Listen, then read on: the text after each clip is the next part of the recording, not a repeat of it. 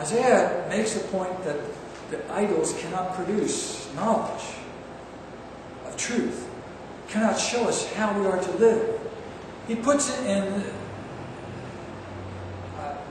broad terms by saying that they are futile, they're void, empty.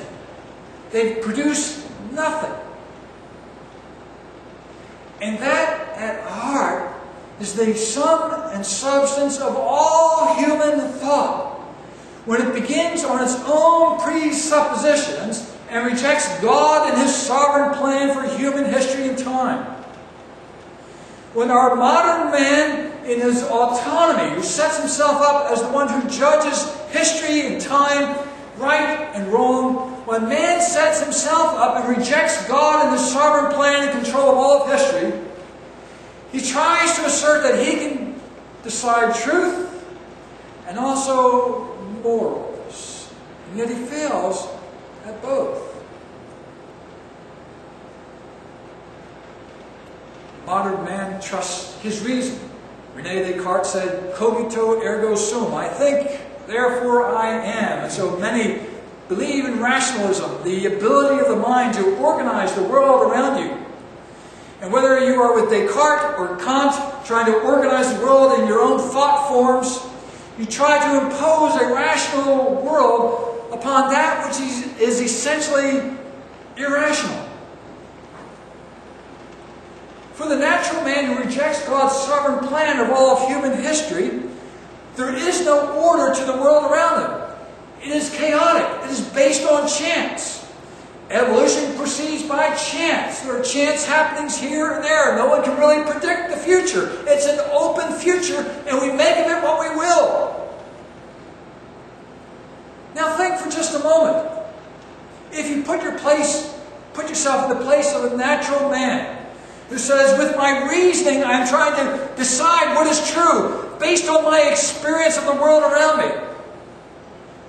Well, can you, by reasoning, by evaluating logical relationships and so forth, and developing your science, can you arrive at truth when your reasoning, your logic is based on random chance? A world that is based on random chance cannot produce order of the mind or of the morals. Random chance cannot do that.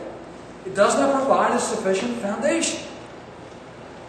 And so it's much like the spider forming this intricate web in the middle of the air with nothing to hold it. Or it's like a beautiful ship out on the ocean, setting sail, but no place to go, no place to moor, on a boundless sea with no port to go to.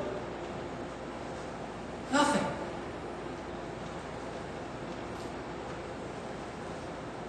When we have conversations with neighbors and friends who reject Christian faith, reject the idea of a God who's in control of all of human history, and rather suggest that the world is really basically governed by chance, we should not simply take the defensive and try to explain our point of view.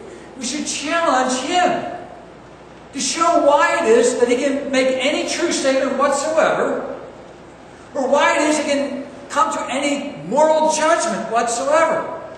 How can you say what is right and what is wrong if everything is governed by chance? Really, it only ends up being who is in charge, who has force at the time, who can enforce his will on others. There's no foundation for ought in a world that just is. You cannot arrive at an ought, what I must do or should do, based simply on the fact that the world exists. You have no authority for your opinions. The Christian, on the other hand, works from a very sound foundation. God is in control of all of human history. He's governed all things from beginning to the end. There is no mystery for God. There is no questioning as to what's going to come about. All occurs according to God's sovereign plan. And so, therefore, there is a relationship between the facts because God, in His wisdom, in His knowledge, made that relationship and formed that relationship. So when we do our science, when we form our music or what have you, there are relationships there because God has put them into the world. The God who is all-wise, all-knowing. The Creator. He is in control of all. So therefore, we can have a sense of truth. And we can have a sense of morals because God has also revealed them to us as to how we are to live before Him. And when God speaks, He speaks with authority. Whereas the natural man, the humanistic man, has no foundation for his authority. Ultimately, in the end, it's just force. Who has the most votes? Who has the most guns?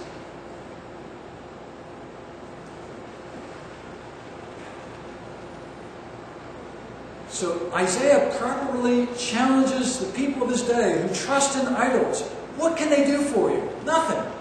By contrast, what does God do for you? Everything.